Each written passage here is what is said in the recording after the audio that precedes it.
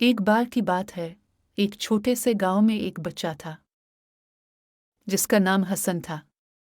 हसन ने छोटे से ही दिन से काम करना शुरू कर दिया था। वो गांव के हर काम में मदद करता, अपने वालिदैन की मदद करता और अपनी पढ़ाई में भी मेहनत करता रहता। एक दिन एक बुजुर्ग एक छोटे से पौधे को गांव में लगाने के लिए आए, लेकिन वो बुजुर्ग बहुत बूढ़ा था और पौधा इतना भारी था कि हसन ने समझा कि उसे लगाना मुश्किल होगा। लेकिन हसन ने हार नहीं मानी और अपने दोस्तों की मदद ली।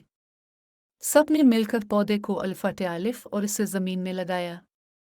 हसन ने पूरी मेहनत और लगन से पौधे को पानी देने का भी ख्याल रखा। गुज़िश्ता साल जब बुजुर्ग ने अली से पूछा कि उसने इस पौधे की देखभाल की है, तो हसन ने खुशी से बताया कि हाँ, अब वो पूरी तरह से बढ़ चुका है और फल देने लगा है। इस कहानी से ये सबक हासिल होता है कि ज़िंदगी में हमेशा मेहनत और इस्तिक़लाल से काम लेना चाहिए।